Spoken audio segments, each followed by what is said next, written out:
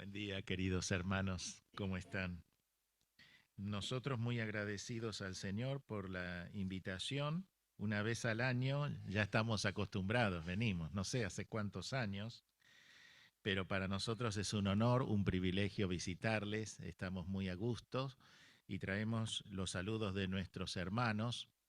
Cuando salgo los fines de semana, no salgo todos, me quedo en la iglesia, un fin de semana intercalado, algunos salgo. Les aviso por WhatsApp, hermanos, vamos a llevar la palabra del Señor a tal y tal lugar. Entonces, les llevo sus saludos, así les aviso y empiezan a aparecer los deditos, así, así, el corazoncito. No me sale. Así que muy contentos, hermanos, en esta mañana de adorar al Señor, de alabarle. No importa dónde vayamos, siempre encontramos pueblo suyo, hermanos en la fe, que nos comprendemos, nos amamos, amamos la obra del Señor y por eso estamos aquí. Porque no nos interesa solo nuestra vida, sino la obra del Señor. Si no hubiéramos quedado en casa, en el descanso semanal merecido.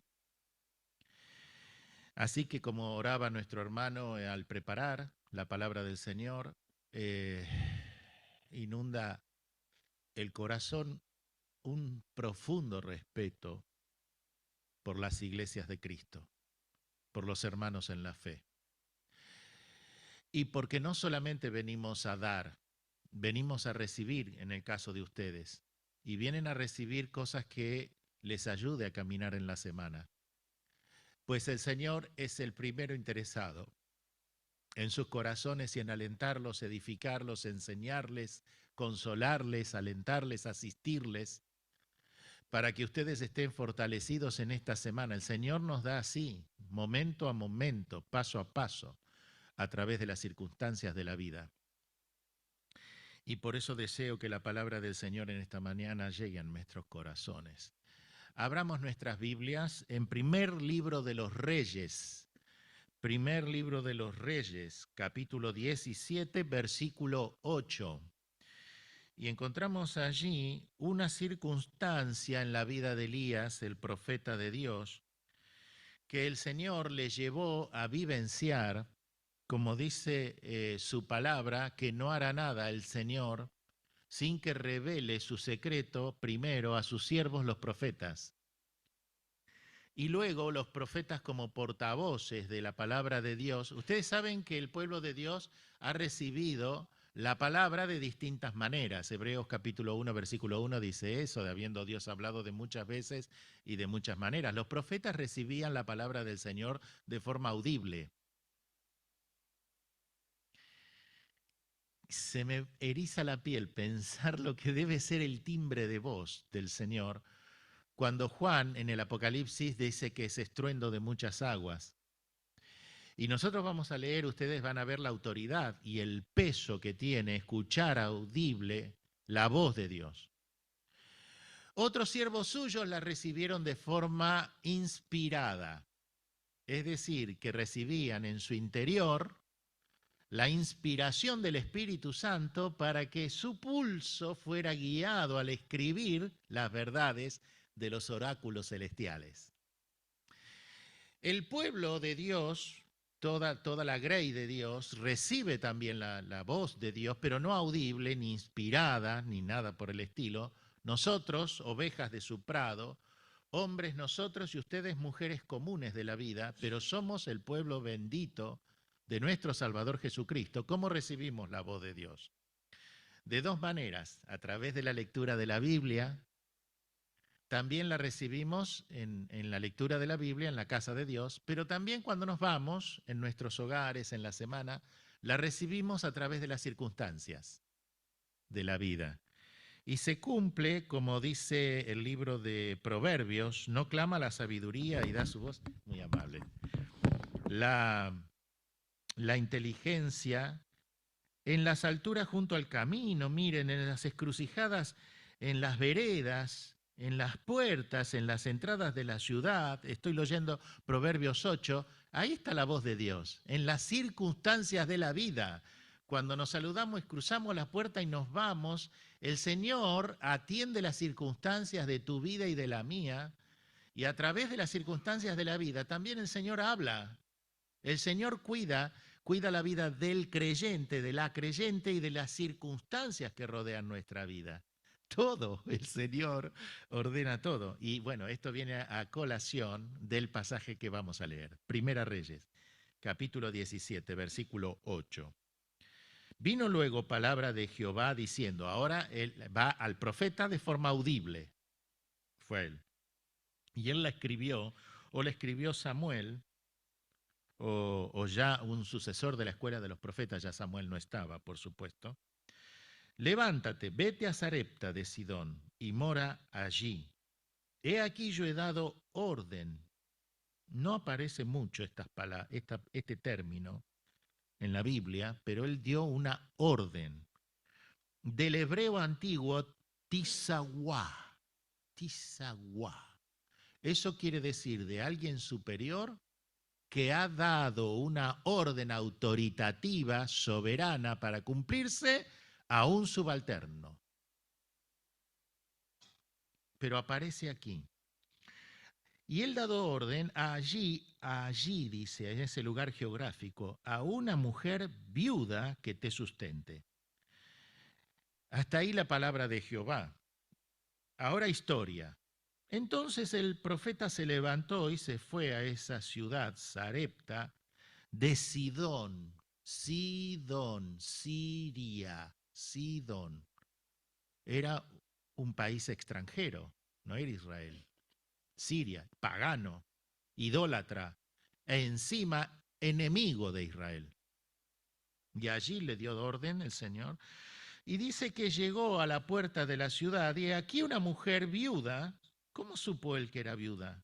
Bueno, aquí hay bastante de la guía del espíritu entre las líneas, porque la historia la está desarrollando el Señor y ha quedado escrita para que nosotros la entendamos. Pero había una mujer viuda allí en la puerta de la ciudad y estaba trabajando, recogiendo leña. Y el profeta la llamó y le dijo, te ruego que me traigas un poco de agua en un vaso para que beba.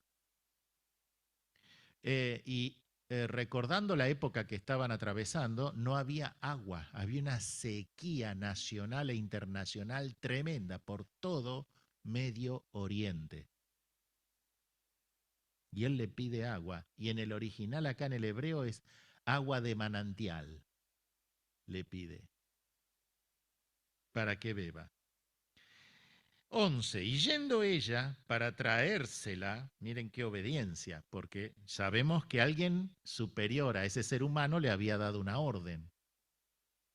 Así que ella, ¿cómo interpretó que él era el profeta? Bueno, ahí está el Espíritu Santo uniendo las voluntades, obrando en la circunstancia. Y él la volvió a llamar cuando la mujer se iba, señora, señora. Y la señora, sobre llovido mojado, habrá pensado, se da vuelta, lo mira así medio desconfiada y le dice, te ruego que me traigas también un bocado de pan en tu mano. Ahí la señora ya no guardó silencio, no pudo más. Y ella respondió y le dijo, vive Jehová tu Dios. ¿Cómo sabía de Jehová? Esta extranjera siria. Pero aparte no le dice mi Dios, Jehová tu Dios. Así que sabe que era el profeta. ¿Cómo sabía? Había escuchado seguramente, o era la obra del Espíritu, ¿verdad? Que no tengo pan cocido, y por lo que le dice no se lo dice de una forma sutil o dándole a entender. Le habla directamente y le habla fuertemente y le dice, mi situación es desesperante.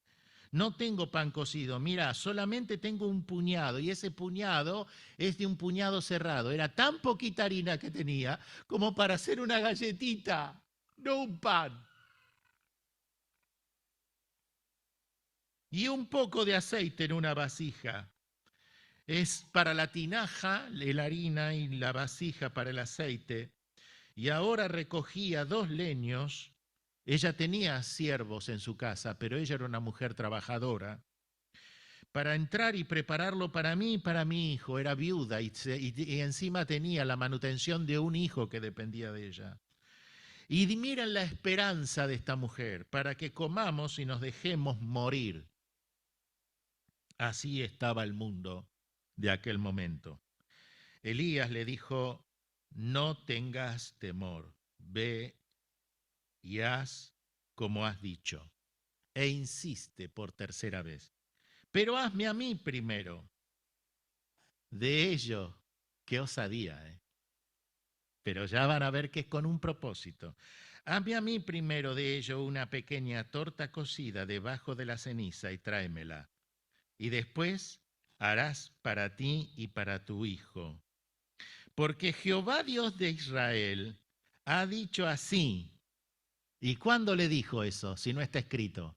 En algún momento se lo había dicho, y ahí ven ustedes que la obra del Espíritu, el Espíritu que dio la orden llamó, el Espíritu que llamó condujo, y el Espíritu que condujo siguió hablando, instruyendo y dando luz, a pesar de que no nos habían contado, pero ahora sí nos dice. El Espíritu ha dicho, la harina de la tinaja no escaseará, ni el aceite de la vasija disminuirá, hasta el día en que Jehová haga llover sobre la faz de la tierra.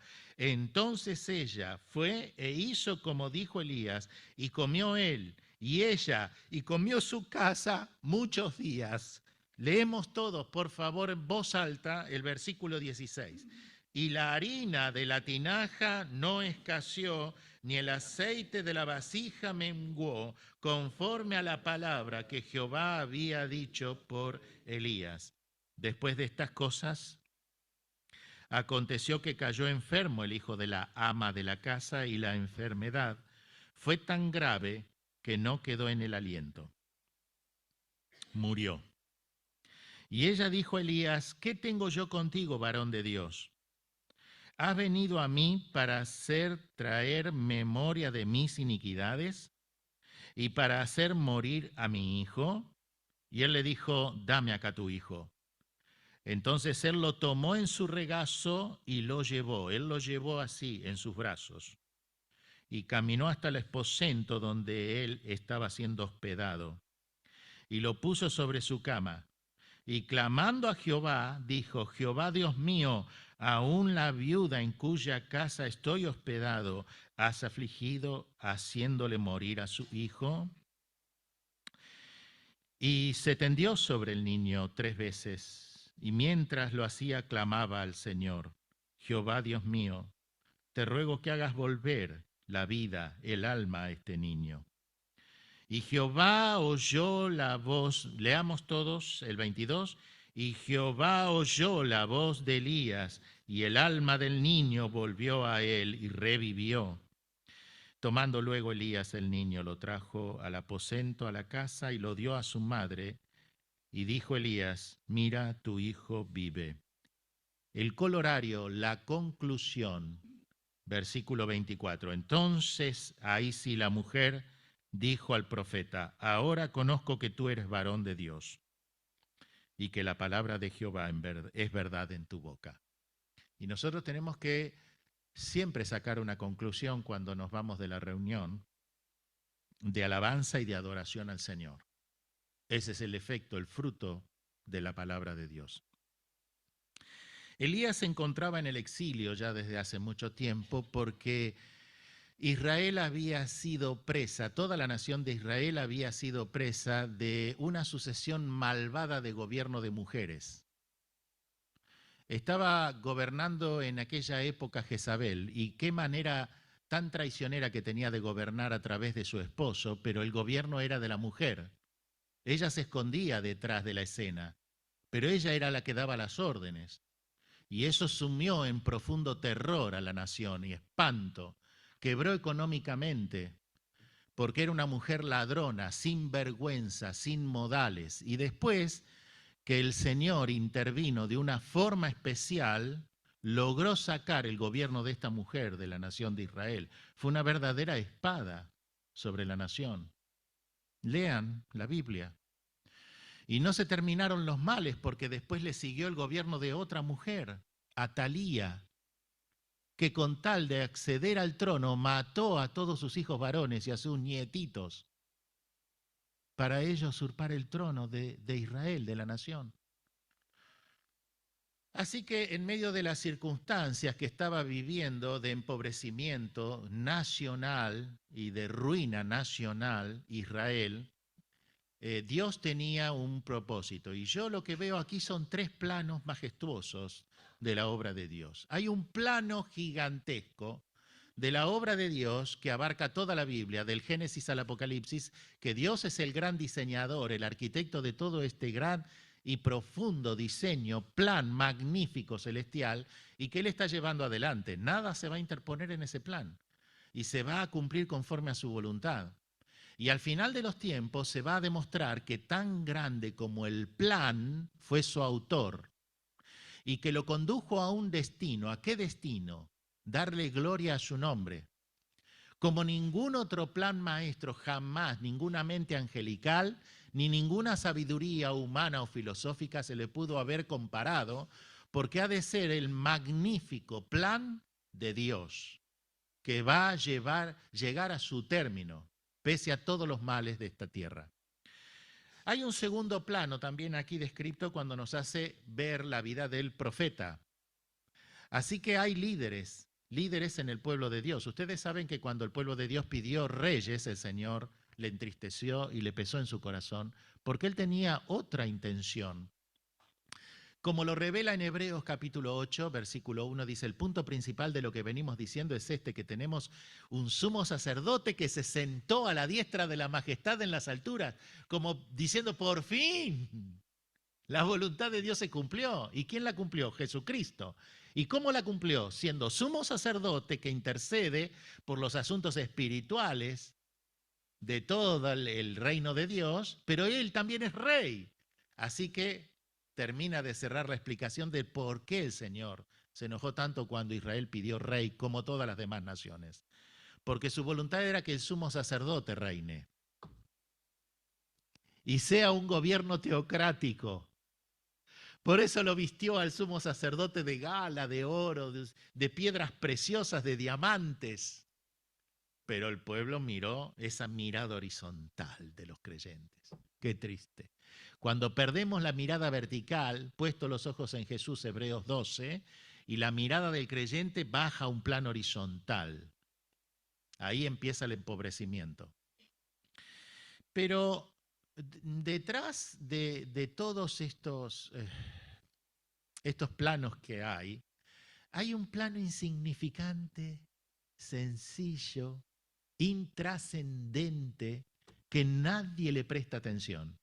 La vida de una pobre viuda desamparada, extranjera, sin salvación.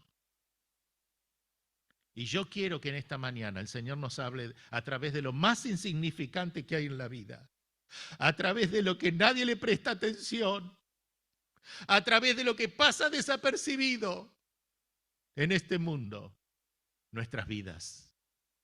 ¿Qué somos para el mundo? ¿Qué es la iglesia para el mundo? Mientras la juventud del mundo derrocha en una perdida noche de pasión y esquizofrenia y de vileza y de exacerbaciones del sábado, la iglesia descansa y viene en las primeras horas de la mañana del domingo a adorar al Señor. Pasamos desapercibido la iglesia, el mensaje de la iglesia, la vida de los creyentes, no somos nada. Es más, Jesucristo dijo que vamos a ser despreciados en el mundo y Él nos advirtió, no vengan ahora entristecidos a decir, Señor, ¿por qué no me oyes? Señor, ¿por qué no me respondes a la oración? Aquí tenemos la vida de una persona insignificante que ni orar sabía. Así que no podemos nosotros con una excusa decir, no supimos, no fuimos advertidos. Porque si somos creyentes, sabemos que el Señor dijo, en el mundo tendréis, pero confiad. Oh, mis hermanos, el Señor ha vencido al diablo, al mundo, a la carne, al pecado, a la muerte. Y espera glorioso ese día que nosotros esperanzados, también Él espera que nosotros lo esperemos en que Él muestre su victoria. Por fin ha de ser visible su victoria, aunque ahora el mundo no la reconozca y algunos cristianos tampoco. Pero nosotros como pueblo de Dios tenemos que tener la mirada en Cristo y reconocer la victoria y que muy pronto la disfrutaremos. Ahora el Señor nos quiere hablar a nosotros a través de esta viuda. Y yo quiero que nosotros veamos las 4 cosas que el Señor le reveló a esta viuda. En primer lugar, le dio una orden. Y ya dijimos, esta palabra es una orden directa, tisagua, le dio una orden de mando obediencia. Él es soberano, nosotros somos sus siervos. Él es nuestro amo. Él es el Señor de la obra, nosotros somos sus hijos obedientes. Así que Él es el que da las órdenes y nosotros somos los que le obedecemos. ¿Por qué? Porque Él sabe de nuestra vida y las cosas que tenemos necesidad. Dijo el Señor cuando entró a la casa de Betania: Marta, Marta, afanada con tus quehaceres y con las cosas y el devenir de la vida desesperada, pero yo te digo que María, la cual tú criticas, ha elegido la mejor parte, porque ha escuchado mi palabra. Y yo venía acá para decirte una cosa muy importante. No se nos da el mensaje que le dio Jesús a María, pero sí sabemos lo que fue.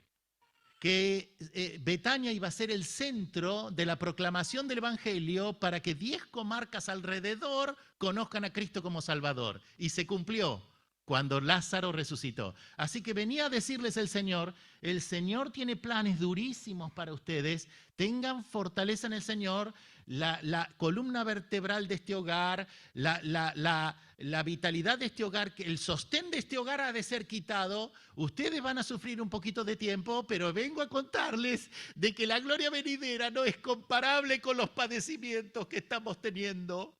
Tengan fe y confíen porque vendrá la bendición después. Y Marta estaba con las cacerolas, las ollas, los sartenes, el aceite.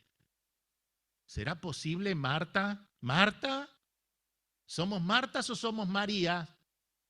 Ah, Señor, pero el dólar, pero mi sueldo, pero el desgraciado de mi jefe. ¡Vamos, Osmar!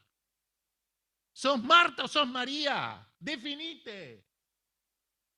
Y si sos María, ¿me vas a obedecer o no?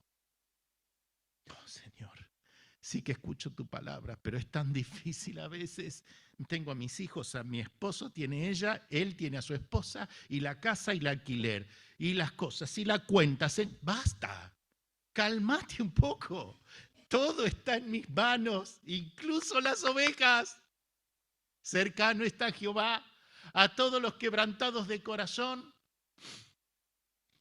y salva a los contritos de espíritu. Así que nosotros tenemos que calmarnos, pacificarnos, serenarnos, porque hay un soberano. Así lo decía Daniel en su libro. Hay un rey de reyes, hay un soberano que gobierna el gobierno de los hombres. Él da el gobierno a los que quiere, él quiere y lo quita a los que él quiere. ¿Cuándo vamos a comprender eso? Y cuando él en el capítulo 7 de su libro muestra cómo es la tiranía del gobierno de los gentiles, muestra que es un gobierno de animales. ¿Cuándo cesó alguna vez en la tierra esta realidad? Siempre hubo despotismo, tiranía, dictadura, gobierno para sí y no para el pueblo, porque son un gobierno de animales. Despreciaron el gobierno del Mesías y Dios entregó el gobierno a animales, que son estos seres humanos que gobiernan él. Puede haber excepciones a la regla. Personas piadosas. Cuando hay personas piadosas que gobiernan las naciones, el Señor las bendijo y esas naciones prosperaron. Pero si no, todo el mundo está empobrecido y va a un destino apocalíptico. No lo demos vuelta, porque es imposible y el Señor ya lo predijo. Estamos advertidos. Israel no era la excepción aquí. Pero esta viuda, el Señor recibió la orden y esta viuda aceptó la orden. ¿Saben por qué? Porque la orden venía con amor. Cuando la orden viene sin amor, es tiranía. Cuando la orden viene con amor, es soberanía de Dios. Y tenemos un Señor soberano que nos ama y que tenemos sobradas muestras de los efectos de su poder y de su palabra. De tal manera que si alguno desobedece la orden del Señor, hasta lo hará volver a cumplir su voluntad en el vientre de un gran pez. No seas desobediente al Señor. Obedece al Señor y acepta la voluntad del Señor. Así que esta orden que fue dada a la mujer es este primer punto que yo traigo esta mañana a compartir con ustedes. Acepta la voluntad del Señor. Muchas veces no comprendemos por qué nos da esta circunstancia o estas órdenes.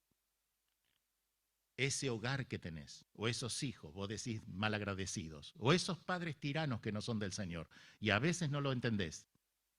Pero ¿sabés una cosa? Es la voluntad de Dios. Y vos tenés que aceptar la voluntad de Dios. Miren ustedes las páginas del Antiguo Testamento, a veces no comprendemos por qué el malo de Caín vivió y el bueno de Abel murió. No entendemos. Pero esa fue la voluntad de Dios. Vean ustedes, Ezequiel tenía a su esposa y él sirviendo al Señor. Cuando vuelve a su casa, el deleite de sus ojos había fallecido y el Señor le dice que no endeches, no llores. Esa fue la voluntad de Dios. Y hay veces que nosotros tenemos que pasar por distintos problemas y vaya, qué situaciones terribles. Bueno, tenemos que aprender de que es así como el Señor nos quiere hacer vivir ese momento. Tenemos que mirar a Él y pedirle que nos muestre la salida y nos ayude y dé la entereza para salir adelante. Así que lo primero sería esta mujer, respeta la voluntad de Dios. Esa es la primera lección. Cuando el profeta se acerca a ella y ella acude a su llamado, viene entonces la segunda gran lección a la mujer. Estaba obedeciendo la orden del Señor, aún sin entender, porque ella al final da gloria al Señor. Pero él, el profeta, la llama y le dice, ven, aparte del agua de manantial que te pedí, cuando nadie tenía agua para beber, un bocado de pan, un pan, y encima le da la instrucción cómo lo tenía que asar, en las cenizas. Y entonces ella le dice de su triste realidad y su desesperanza. Queridos hermanos, así está el mundo sin Cristo, llorando con una esperanza nefasta. Vamos a comer lo que tenemos y nos vamos a esperar morir. Porque en este mundo no hay esperanza. Lo único que tiene un mensaje de esperanza es la iglesia cuando predica de Cristo. ¿Y cuántos corazones han sido bendecidos con este mensaje de esperanza? Así que cuando la mujer le contesta al profeta, lo hemos leído, el profeta le dice, ve y no tengas temor. Versículo 13. Segunda instrucción para esta mujer, que es una profunda enseñanza para la iglesia de Jesucristo en este día. No tengas temor. En medio de las peores épocas, de los peores tiempos, el Señor ha sido el proveedor de su pueblo. Porque el Señor tiene el honor de ser el Señor y de ser el bendecidor de su pueblo. Permítele al Señor que bendiga tu vida y no sea tu desesperación que consiga las cosas. Porque las cosas que conseguís, que no es la voluntad del Señor, así se pueden ir. Pero la vida del justo es como la luz de la aurora que va en aumento hasta que el día es perfecto. La bendición de Jehová es la que enriquece y no añade tristeza. Porque la bendición de Jehová es sostenible en el tiempo. Lo que Dios da, el enemigo no te lo puede quitar, ni aún te lo puede tocar. Dios te dio, el enemigo no te lo va a quitar. Si se toca o se quita, es Dios quien lo hace, porque Él es el que lo dio. Y dice 2 Corintios capítulo 9, versículo 10 en adelante. El que da semilla al que siembra y pan al que come, proveerá vuestra sementera y aumentará los frutos de vuestra justicia, para que estéis enriquecidos en todo para toda liberalidad, la cual produce por medio de nosotros, el que recibía la ofrenda, acción de gracias a Dios. El Señor quiere un pueblo que disfrute de recibir las lluvias de bendiciones de su Señor, porque va a recibir como contrapartida alabanza, gratitud al Señor y adoración. Jesucristo dijo, gloria del mundo no recibo. Así que espera recibir la gloria de su iglesia. Jesucristo quiere bendecir a su pueblo, pero necesita que no tenga temor. ¿Y qué fue lo que le quitó a la viuda su temor? Disipó la duda. ahuyentó el pánico, el miedo, el temor de miedo, de susto tenía. Era un terrible sentimiento, emoción que no podía contrarrestar. Pero hubo algo más fuerte. Y el Señor, ¿cómo se lo quitó a ese temor, a ese miedo, espanto que tenía la viuda? Con sus promesas. Cuando yo esté aquí, no faltará el aceite en la tinaja, ni la harina en la vasija, nunca escaseará, siempre habrá alimento en tu casa, y aunque en el mundo entero esté pasando sed, tu casa no pasará por sed, ni mucho menos por hambre. Ve, no tengas temor, Cristo está conmigo. ¡Qué consolación!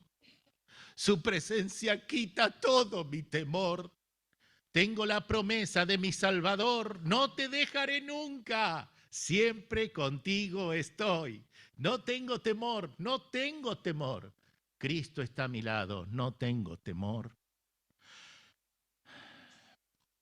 Así que es momento de mostrar la valentía y el heroísmo de la fe, como decía nuestro hermano. Cuando la fe puede descubrir esas cosas que el mundo no descubre y ver esas cosas invisibles para el mundo. Allí el Señor pone fe. Incluso de ese padre que no tenía fe para que su hijo sea curado. Y dijo, Señor, ayuda a mi incredulidad. Y Jesucristo asistió a ayudar esa pobre insignificante fe como esta insignificante viuda. ¿Cómo podía sostener su voluntad a través de una insignificante viuda que casualmente, por no tener esposo, carecía de sustento? Es que el Señor ya le mostró en Querib al profeta cómo fue alimentado por cuervos, aves de rapiña, sucias, inmundas. ¿Qué te puede compartir un ave de rapiña? Nada, te quita. Al revés, sin embargo, el Señor le mostró a su siervo que de la nada puede venir el precioso vergel que alimente su vida y su alma. De las rocas puede hacer surgir la alabanza, de los niños la sabiduría, del pueblo ignorante la filosofía, la ciencia y la fe. El Señor hace las cosas. Hizo de nosotros, sus siervos, ¿cómo no hará que su obra continúe? Yo le hablo a mis hijos, hijos del Señor, a mí me dio todo, yo no tenía nada, yo iba con agujeros en la mediasuela a estudiar, no tenía plata para el pasaje, hijo, y el Señor me dio todo en mi vida. Me dio una novia maravillosa con la que me casé y es esposa y la mamá de ustedes, la casa y la equipó y el coche, me dio todo el trabajo y yo estoy ahora, me encuentro feliz, feliz con Cristo. Si lo hizo conmigo, ¿cómo no lo va a hacer con ustedes? Los va a hacer el doble de mejor. Tengan fe. Y después vienen las dudas, no, pero los tiempos cambiaron, pero la época está difícil, pero no es lo mismo ahora que antes. Es mejor. Con Cristo siempre es mejor. Sin Cristo fracasamos. Así que respeta la voluntad de Dios. Y en segundo lugar, no tengas temor. Aférrate de las promesas del Señor. En tercer lugar, qué punto drástico. Dame a mí primero. Y después a ti. Dame a mí primero. Así que da al Señor primero. Mateo 6:33. Vas a buscar primeramente el reino de Dios y su justicia y todas las demás cosas. Ninguno que le dio al Señor primero fue defraudado por el Señor. Cuando un bolsillo fue vaciado para llenar la bolsa de las ofrendas, el Señor estaba llenando el otro bolsillo de dinero. Él es el que provee, Él es el que sostiene.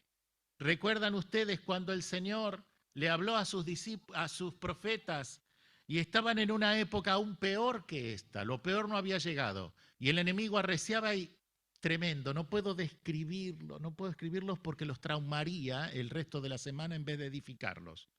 De lo terrible que ha sido, lo que ha sufrido bajo el hostigamiento del Babilonia. Y en medio de tanto sufrimiento, un profeta se levantó a orar en el pueblo mientras estaba siendo arrasado. Y empezó a orar, y son las palabras más dulces del Antiguo Testamento, esa oración. Aunque la higuera no florezca, ni en las vides haya fruto, aunque falte el producto del olivo y los labrados no den mantenimiento y sean quitadas las ovejas de la majada y no haya vacas en los establos, con todo yo me alegraré en Jehová y me gozaré en el Dios de mi salvación. Jehová, el Señor, es mi fortaleza, el cual hace mis pies como el de los siervos, y aunque el mundo ande en ruinas, a mí me hace andar en alturas. Ese es el poder de tu Dios. Con Cristo podemos vivir como hemos cantado. Porque Él vive, triunfaré mañana. Porque Él vive, ya no hay temor. Así que Él nos espera en el cielo con los brazos abiertos para que nosotros podamos cumplir su voluntad.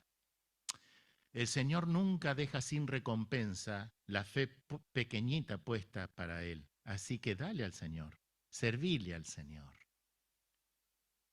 Y a veces cuesta dejar por el Señor. Pero aquella mujer en el mediodía que necesitaba agua dejó su cántaro y fue a predicarles a todos. Vengan. Era también sirofenicia, samaritana, la mujer samaritana. ¿Por qué? Iban a golpear tanto al pueblo norte de Israel que estos sirios invadieron el norte y se transformó en una nueva raza mestiza. Sirio, fenicio, judaico. Nunca más los judíos del sur llamaron hermanos a los del norte por estos sirios.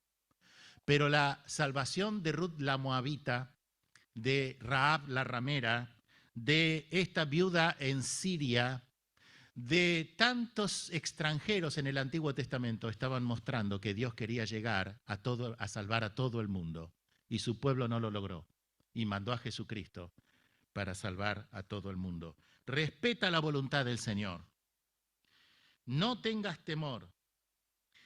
Da al Señor primero, no solo primero, da al Señor lo mejor, da al Señor tu juventud, da al Señor con alegría y el Señor te habrá de recompensar mucho más de lo que tu trabajo y tus nervios y tu pasión puede llegar a lograr en esta vida. Da al Señor. Muy bien, y en último lugar quiero hablar de Jesucristo, porque cuando murió, ustedes saben que el Señor quiere ganar a las almas. El Señor quiere, preocupado por los corazones, llegar a que lo conozcan como Salvador. Ese es el propósito de la vida. ¿Cuál es el propósito por el cual vivimos esta vida? Conocer al Señor como Salvador. Y dice Ezequiel 44, 23, y enseñarán a mi pueblo a hacer diferencia entre lo santo y lo profano, y les enseñarán a discernir entre lo limpio y lo no limpio. Y dice 2 Corintios, en el Nuevo Testamento, capítulo 7, versículo 1, así que, amados, puesto que tenemos tales promesas, limpiémonos de toda contaminación de carne y de espíritu, perfeccionando la santidad en el temor de Dios. Dios quiere que las personas con las que trata, que participen de su santidad. Y esta mujer no llegó a clamar al Señor. Seguía sin oración, seguía mirando al profeta, mientras tanto seguía fritando sus panes y seguía la harina no escaseando. La bendición del Señor nunca se interrumpió, pero la mujer no cedía a su orgullo. Y un día el Señor usó las circunstancias. Proverbios 8, como leímos, no clama la sabiduría y en sus calles da voces. El Señor utiliza las cosas y yo siempre enseño. Mis queridos, he enseñado cuando era maestro de jóvenes a los jóvenes, están advertidos. Y donde el Señor me lleva, yo les digo, les aviso, el Señor te va a hablar. Y si no le obedeces, el Señor te va a mostrar, va a usar las circunstancias. Y si no le respondes al Señor, el Señor te va a tener que tocar. Y donde el Señor toca, queda un Jacob rengo, un Saulo de Tarso herido, o queda un siervo de Dios castigado. No permitas ese mal, porque es el Señor el que te ama y es el Señor que tiene autoridad y que te va a hacer obedecer. Entonces a la mujer la tocó y le tocó un ser que quería. Si la hubiera tocado a la mujer lo hubiera soportado, pero no se hubiera arrepentido. Y entonces el Señor cuando toca sabe a dónde tocar. Y quizás vos estás entre los creyentes y viniste hoy, no sé por qué, o confundido porque a sabiendas, como le pasó a Charlotte Elliott. Todos eran creyentes en su familia. Y un día el padre de familia dice, pero Charlotte, ¿qué pasa con Charlotte? Le dice su esposa, anciano, pastor de la iglesia, la esposa activa a sus hijos, todo. Charlotte no es del Señor. ¿Cómo no es del Señor Charlotte? Charlotte nunca dio frutos cuando era adolescente y se dieron cuenta de que Charlotte no había recibido a Cristo. Entonces le hablaron y ella dice, no sé, pero ¿cómo no sé? Sí, pero ¿escuchaste el Evangelio? Sí, lo conozco y conocía la Biblia de la escuela dominical, pero Charlotte no era salva y no tenía al Señor en su corazón. Un día el Señor la tocó. A partir de ese día, de esa enfermedad tan dolorosa que contrajo, nunca se levantó y quedó en cama. Detrás del sufrimiento la venían a visitar y un día el anciano, el pastor de la iglesia vino a visitarle y le dijo, Charlotte, el Señor te llama. Y ella le dice, pero yo no sé si el Señor me va a aceptar así como estoy. Y el hermano le dijo, así, tal como estás, ríndete a Cristo. Tal como estoy, tal como estás. Y Charlotte Elliott fue la autora del himno 117. Tal como soy, sin más decir que a otro yo no puedo ir. Y tú me invitas tan dulcemente a venir.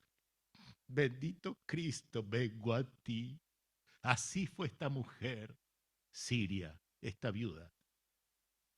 Me tocas a mi hijo, me haces acordar de mis pecados, de mis iniquidades. ¿Cómo reflexionó esta mujer esa mañana? Y me imagino al profeta cual Cristo cargando al muerto, a ese bebé, a ese jovencito, no sé qué edad tendría.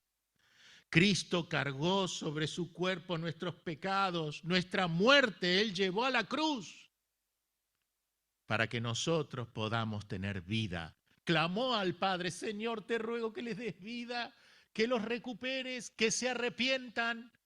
El Padre demandaba justicia a causa de tanto mal que le causamos al Señor. Y el Señor lo logró padeciendo por nosotros. Mas el herido fue por tus rebeliones, por tu culpa. Cristo murió, por mi culpa, mi pecado. Taladraron sus manos y sus pies, y Él pudo salvarnos a nosotros. Por eso comprendió esta jovencita, comprendió el Evangelio.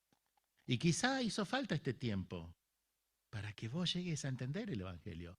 ¿Por qué tiene que ser así tan instantáneo? En definitiva, eso de ovejas no es real.